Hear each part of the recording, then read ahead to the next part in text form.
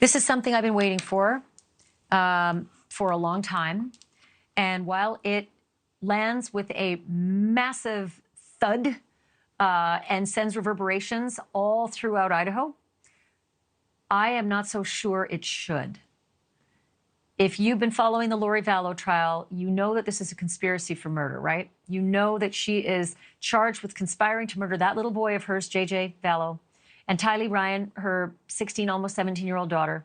And then, of course, Tammy Daybell, who would be the long-suffering wife of Chad Daybell, the boyfriend that she wanted to marry and did. And the conspiracy is the thing, right? It's not enough just to want someone dead. You got to actually take a step in the plan. And so today, when DNA evidence was revealed that there was a hair, single strand, partial strand of hair belonging to Lori Vallow, and it was stuck on the duct tape that was used to wrap up JJ's body and bury him. Now, most people would say, well, that's it. Game over. This trial's done. She's guilty. But that's a real leap to make. When moms put their kids to bed, 7-year-old kids to bed, moms are in their kids' rooms all the time. Moms' hairs are shed all over their house. It is a real leap to suggest that somebody could have gone into JJ's bedroom, killed him, wrapped him up right there, and Lori Vallow's hair would have been somewhere in that mix. And I can see a good defense attorney making hay of that. The only thing I didn't see today was a defense attorney making hay of that. And to me, that is shocking. Here is the DNA expert on the stand actually saying what they found. The partial DNA profile matched the DNA profile that was provided for Lori Vallow Daybell. Okay. Did you perform any statistics for the match? Yes, I did. The probability of randomly selecting an unrelated individual with that partial DNA profile is 1 in 71 billion. Doesn't sound good, but like I said, a good defense attorney will knock that down with an axe if they have the axe or if they brought it to trial. I want to bring in NewsNation senior national correspondent Brian Enton. He was in court today.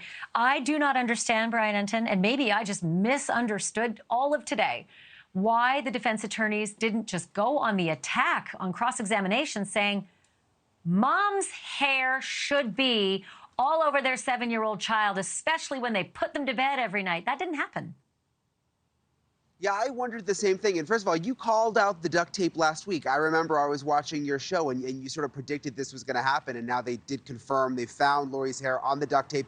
I immediately thought the defense was going to say exactly what you're saying. Okay, her hair's there, but how do we know her hair just wasn't on JJ and somehow ended up on the duct tape and that she had nothing to do with any of this? That didn't come up at all. When they went after the DNA expert, they just went after the way that the DNA testing was done and how accurate could the DNA actually be, which was sort of a weird way to go. Maybe that would have been interesting like 20 years ago, but at this point, I mean, people pretty much know that DNA is accurate, and you had this expert on the stand talking about how they're FBI certified and all the rest. I was surprised the defense didn't just go after the angle of, yes, it's her hair, but it could have come from any place. Still, though, a big day. We've heard so much circumstantial evidence in this case. We've heard so many theories. We've heard about the cult. We've heard all of the emotion. But this was physical evidence. I mean, this was Lori's hair on the duct tape. There's no really way to beat around the bush on this. I spoke to Larry Woodcock after the hearing today. To him, this JJ's grandpa, he believes that this was the biggest day yet in court. Take a listen. What was your reaction, sir, when you heard about Lori's DNA, the hair that was on the duct tape? It was unbelievable. I had no idea. And I think without a doubt, it is the absolute tie-in.